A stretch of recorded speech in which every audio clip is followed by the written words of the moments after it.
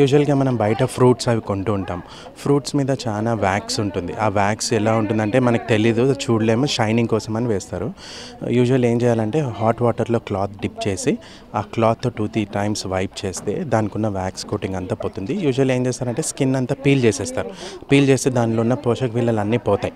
So ఆ పోయినప్పుడు ఏమవుతుందంటే ఫ్రూట్ తిన్నా తినకపోయినా వేస్ట్ అనమాట. సో దాని బదులు హాట్ వాటర్లో ఈ క్లాత్ని అనేది డిప్ 2-3 టైమ్స్ చేస్తే ఆ క్లాత్కి ఎలాగా వేడి నీళ్ళని డిప్ చేసినందుకు వేడి అలాగే ఉంటుంది. సో దాంతో 2-3 టైమ్స్ వైప్ చేస్తే దానికి ఉన్న వ్యాక్స్ పోతుంది, ఫ్రూట్ని కూడా ఎంజాయ్ చేయొచ్చు. Thank you.